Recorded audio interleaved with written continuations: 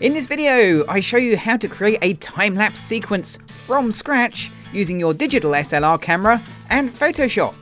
Adoramatv presents Take and Make Great Photography with Gavin, where you'll learn how to take stunning photos and then polish them in post-production. Hello, I'm Gavin and you're watching Adoramatv, brought to you by Adorama, the camera store that has everything for us photographers. And today I'm back at the Yotel shooting more photographs from the 22nd floor. But this time I'm not actually going to shoot one or two or three, I'm going to shoot hundreds of pictures because I'm going to make a time-lapse sequence. What's a time-lapse? Well, it's just a series of ordinary still images, but they play together really quickly and create a video. And it's incredibly straightforward to do, just needs a little bit of setting up. Now we're going to play the pictures back at 24 or possibly 25 or even 30 pictures per second, or frames per second. That means we're going to need hundreds of pictures, and they've all got to be exactly the same, but they need something moving through the scene to make the time-lapse work. So that could be moving clouds. Haven't really got any of those today, but fortunately I'm in New York, so I've got moving traffic just down there. So to get this to work, you need a few pieces of equipment. First, most essential, biggest bit of equipment you're going to need, tripod.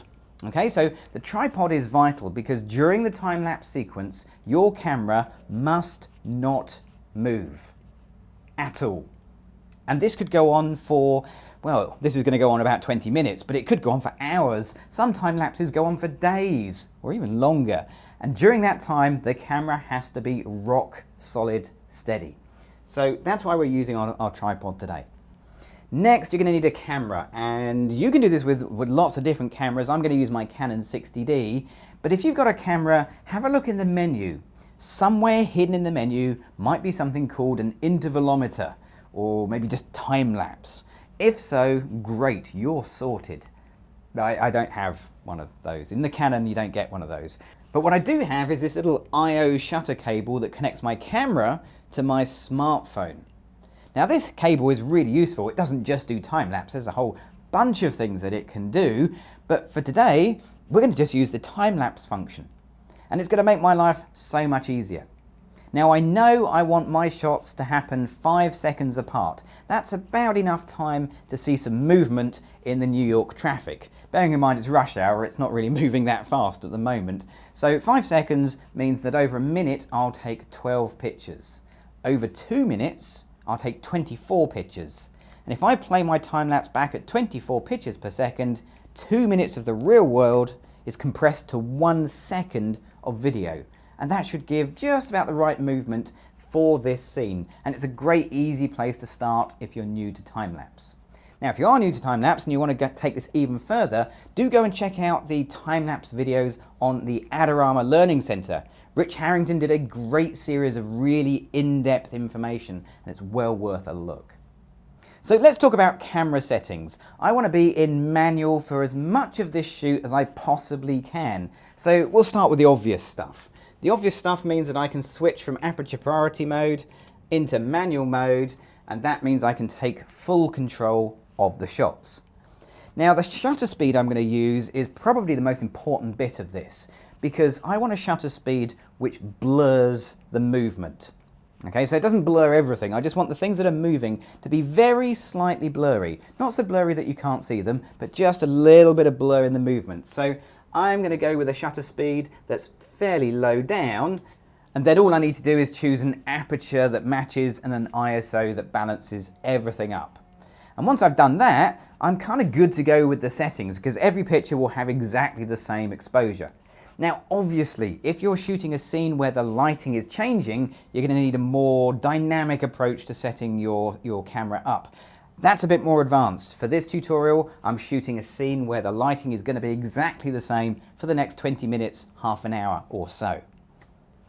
Okay, so my shot's framed, my camera's set, everything's ready to go. I can start my time-lapse sequence going on my smartphone, and it's going to take a picture every 5 seconds because that's how it's set up. But what I'm going to do is photograph my hand. So wait for it, there you go. The first picture of my sequence is my hand. Why have I done that? Well, very simply, When you look at a great big list of images, it's hard to know where your time-lapse starts and stops. You may have taken some test pictures and they might be out of sequence. Remember, you need that nice sequence of pictures to get the flow of movement. So when you see a picture of your hand in the sequence, you know that that's the beginning of your real time-lapse. Another good tip is when you get to the end of your time-lapse, wherever that might be, put your hand in again for that last shot and you can grab the two pictures in between. Now, because I'm going to be doing this for 2 minutes of real world becoming 1 second, if I want a time-lapse sequence that's about 10 seconds long, that means I need to leave this running for 20 minutes. Obviously, if you want a longer time-lapse, you leave the camera set up longer. And if you're leaving it set up, make sure you're somewhere secure. I mean, I'm in the hotel here, I'm in my hotel room, so I don't think anything's going to happen here for the next 20 minutes, but obviously if you're doing this outside, then you can't walk off and leave your gear. Another thing as well, don't touch it. Don't go anywhere near it. Walk away. Try and avoid any vibrations around your tripod. Anything that might ruin your sequence by having even the slightest movement needs to be avoided at all costs. So I'm going to go and get a muffin and a cup of tea, and we'll come back and we'll see how the pictures go through. So join me in Photoshop in just a bit. Don't forget to check out Adorama's latest contest and your chance to win amazing prizes. Well, I had to wait a couple of hours, but then the weather cleared up, the sun came out, and I got a great time-lapse sequence. Now I shoot everything in RAW, including the time-lapse, so my first job was to get my images into Adobe Camera Raw, or you could use Lightroom, and make sure that they all had exactly the same white balance, that's important, and any other changes were repeated on all images. Then I saved all of my RAW files as JPEGs, and we're ready to make our time-lapse. Now I'm going to use Photoshop CC, although you could do this in Photoshop CS6 in exactly the same way. In fact, it is incredibly simple to do a time-lapse in Photoshop CS6 and CC. Watch this. First thing we need to do is see something called the timeline. Now that's a sort of a video thing, so if you can't see it by default, just change your workspace to motion and you'll see the timeline pop up. Then we need a blank document, file, new, but we don't want a photographic document, we want a film and video document. Now, if you're not really familiar with film and video, there are two that you're going to be interested in, HDTV 720p or HDTV 1080p. I'm going to go with the 720p because that matches my final requirement. And then I'll click OK. Next thing to do is to click on the video timeline button. Okay, make sure it's not the animation timeline, it does have to be the video timeline. Now remember we were talking about the 24 pictures over 2 minutes? Well, this is where that becomes really important. I'll click on this little option button here for a menu. Let's move it up so you'll see what pops out. And from there I can choose to set the timeline frame rate. By default it's 2997. I'm going to drop it down to 24. Now that's an important step and one you don't really want to miss. It doesn't matter if you miss it out, it'll simply mean that your time-lapse will run either faster or slower. So if timing is important, make sure you do that step. Okay, we'll click the OK button and we'll move this down and we're ready to add in our still images, all 240 of them. Now to do it, I simply go to Layer and then I come down to Video Layers and choose New Video Layer from File. Now these are all the JPEGs that I saved out from my RAW files, and I'll click on the first one. You'll notice the image sequence is ticked, and when I click Open, they'll all come in as a video time-lapse. Well, there it is. Don't believe me? Well, hit the spacebar or the play button, and that will play through as a time-lapse. It just works. It's that simple. Now the trouble is, of course, this is the wrong size. This is cropped, it's not right. It doesn't fit my blank video format. So what do? Well, if this was a photograph, how would you make your photograph smaller in Photoshop? Yeah, you'd use free transform. Forget the fact this is video, it's still free transform. It's still Photoshop. So to make it smaller, all I'm going to go to is Edit and choose Free Transform.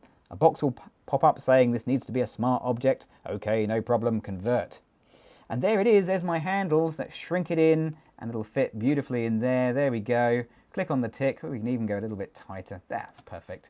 and that will resize my image, so now I've got maximum amount of space for my time lapse. Remember, still images are much larger than video files, so that you have the ability to crop in and crop out if you need to. Now, when you play it back the first time, you will notice it runs really jerky, not very smooth, but the second time and then after, it'll play perfectly smoothly once it's rendered into Photoshop's memory. So how do you get it out of Photoshop? Well, that's important, so here's how you do that. Click on the little option menu, flyout option again, and choose to render the video. Now, you can give this a name of your choice, on a location of your choice, but the important thing is the format. H.264 is kind of think of it as the JPEG version for video. It's compatible with everything, and it's the one to choose. Your preset is vital, of course. Remember, we chose 720p, but also 24 frames a second. So make sure your export format matches what you were working with all the way along. Otherwise, again, your rate of play will be different. And when you're done, click on the render button, and that will save your video out onto your hard drive. So there we go. In just a few minutes, we've gone from 240 still images into a time-lapse sequence lasting 10 seconds. Now, if you want to see more videos from me and the other great presenters here on Adorama TV, you know what you've got to do. You've got to click on the subscribe button. I'm Gavin Hoey. Thanks for watching.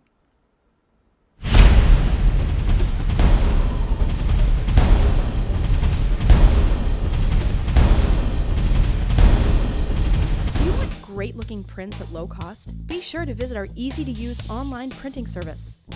Adorama Pix has professionals who treat your images with the utmost care that you can count on. For a quick turnaround on photos, cards, or albums, use adoramatv.com.